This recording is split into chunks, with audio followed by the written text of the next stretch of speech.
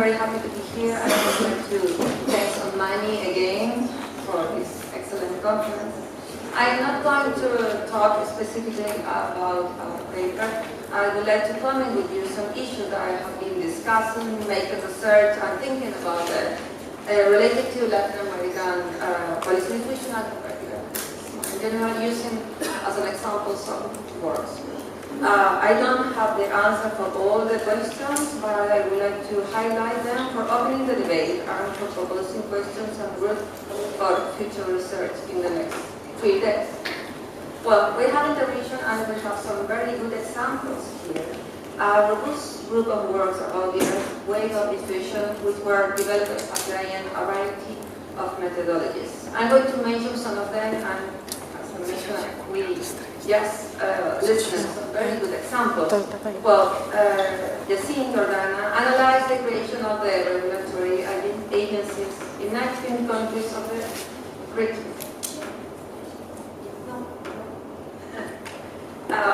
Questioning the traditional approach and considering sectoral areas, as well as the national variation in the diffusion of regulatory authorities in Latin America. Sarah Brooks conducted an extensive study to understand the diffusion wave of pension fund administrators. Her work, Social Protection on the Market in Latin America, analyzed the way of reforms in the social welfare sphere. This is the shift from the delivery system to the individual capitalization one.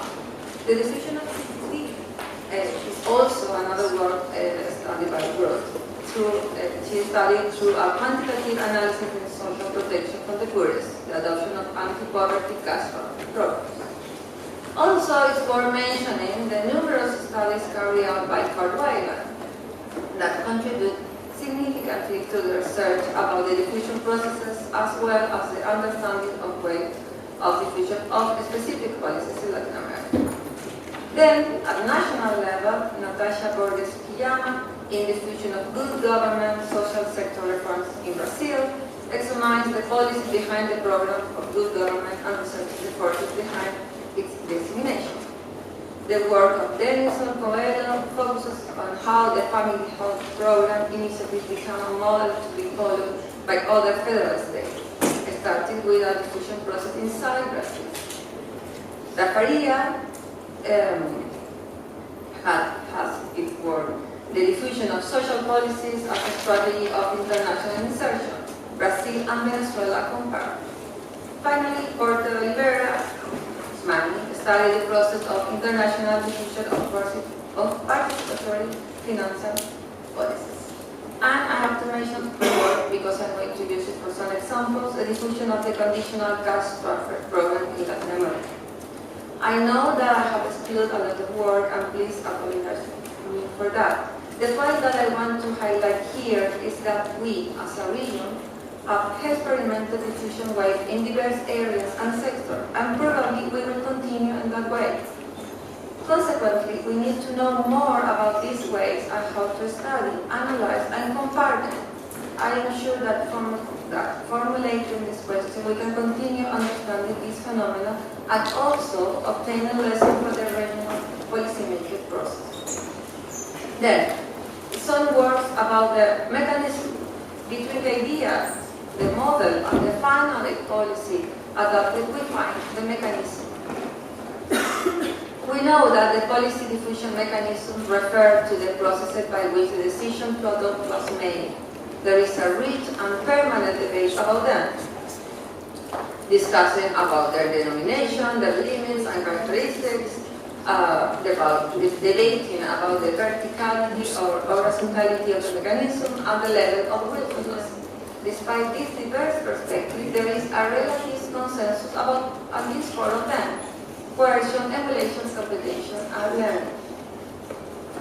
Okay, and if we consider these 4 mechanisms, we need to continue paying attention to some of the complex conflicts. For instance, coercion is a key point in Latin America and other areas, considering the role of international organizations and multilateral banks. The discussion has been developed in terms of the imperative decision, some kind of involuntary decision of adopting if a loan is involved. However, it's not only about monetary resources. We can find a soft coercion if we observe the condition of those loans. In addition, literature usually considers that coercion implies a weak design of the adopted program. However, some cases demonstrate the contrary, or at least we have to test carefully that assumption. In that sense, we need also more discussion about how to clarify the components and the limits about the mechanism. I propose in previous work to distinguish between the means and the motivations in the mechanism, which contribute to distinguishing the features and identifying the role of the different national and international actors. Besides this proposal facilitates the comparative analysis, drawing attention to the conditions that influence the development of one mechanism or another. I apply that to the CCT diffusion process in Latin America, and I think that it works quite well. I would like to listen to your opinion about it, allowing to identify with more clarity each mechanism. However, I think that it's necessary to test in different cases for revising and improving. Briefly about this, about means and motivation in mechanism. In learning, the motivation is to adopt the most appropriate policy to address the public problem in question, so it's internal or intrinsic. The solution of the problem is the essential motivation, and this conviction has been reached through a process of understanding alternatives that confirm its relevance to the national context. In emulation, the motivation is to emulate other countries with a higher status or because it is the general tendency. This does not necessarily involve the absence of the public problem, but the decision to adopt is influenced by the expectation of external recognition. The means employed are only limited, not implying an adaptation to the national context. Finally, in coercion, the policies are adopted due to the positive or negative incentives, loans, sanctions, or fines, from a more powerful actor. Therefore, the motivation is external, and the knowledge of the policy is bound and not necessarily adapted to the context. In that sense, we have this mechanism, and I would like to say some final words about mechanism learning, which according to the literature is the most optimal mechanism. One of the challenges about learning is to distinguish what is learning. Here, Wayland's distinction between the adoption of the model or a principle is useful. Another aspect that must continue to be worked on is to define who the learners are. This has not been approached in detail in the literature and is assumed in the same group policymakers, technocrats, and politicians. The difference regarding their motivation and attribution would be important, differing, for example, between substantial concerns about the nature of the policy or the obtaining of electoral revenues. Finally, when analyzing this mechanism at the level of policymaker, the question whether the learning process has been individual or collective arises. The learning process of a policy can begin at an individual level and eventually could be collective learning, but not necessarily at the moment of the decision making for adopting the initiative. However, this is a point to take into account. Science it has to do directly with the identification of who learns at the moment of adopting a policy. Related with this last point, the next challenging issue is about the actors. When we start to look in detail the mechanism, emerge questions about the actors involved and other variables which determine the process. Policymakers, experts, technocrats, politicians, ambassadors, participation ambassadors, bureaucrats, activist bureaucrats, social entrepreneurs, and others are denominations to capture the complexity of the individual actor we can find in the literature. International organization, epistemic community, policy community in the case of the group, observing in this kind of way of diffusion. And in this sense, we have to look further in each of these actors. For instance, in the process of diffusion of the CCTs, an epistemic community was distinguished that had a key role in the positive evaluation of the programs in the region, which was built through the accumulation of knowledge and different activities that facilitate the circulation of information. These experts were linked with very active international organizations in Latin America. The members of the epistemic community were professionals from academia, former directors, or part of the international organization staff, who were researching, publishing, and talking about CCTs.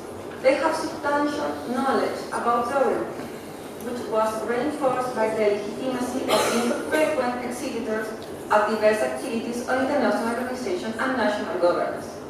Then, the nature of the member of this epistemic community, former director of national program, experts who are independent but also are consultants for international organizations, reveals the difficulty to isolate the individual from the related organization and to clearly identify the way of the action in the mechanism.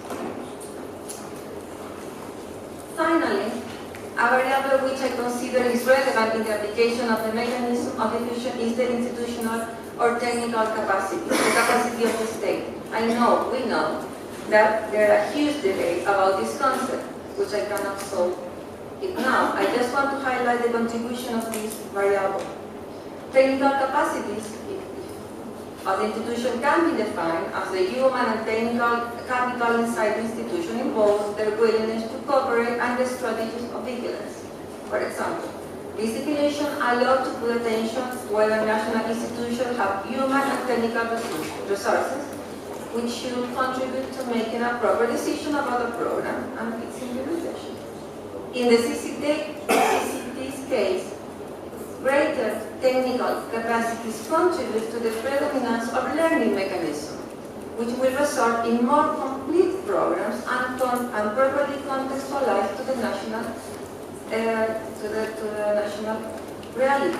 Then, in the cases of low technical capacity of the institution, the probability of emulation is greater, and as for the product, this will be a basic CCT. In the case of coursing mechanisms, if the technical capacity of the institution are very restricted, only a section component of the program can be observed. Then, the institutional capacities have a relevant role in the kind of mechanism and also in the final product adopted. Finally, I would like to mention another point, the challenge to understand the relation between transfer and diffusion. Understanding diffusion as a collective and upward and coordinated process and transfer as a bilateral or multilateral but more coordinated process. Is it possible to observe? It is possible to observe transfer inside diffusion? Apparently yes. In the CCT case, an innovative component of the Chilean program, the psychosocial support for the families, was later incorporated in other programs of the region, Paraguay, Panama, and other countries of Central America. Some questions emerge in terms of how to distinguish the level of the diffusion, national, regional, global, and the level of the transfer. How to identify the role of the actor. Are they the same in both processes? How to distinguish the incident of transfer and the collective atmosphere related to diffusion, or it's impossible to do it. I am right now basing that question in my current research, and I'm sure that after 4 days of discussion we will find some insights about this and the rest of the questions that I just mentioned.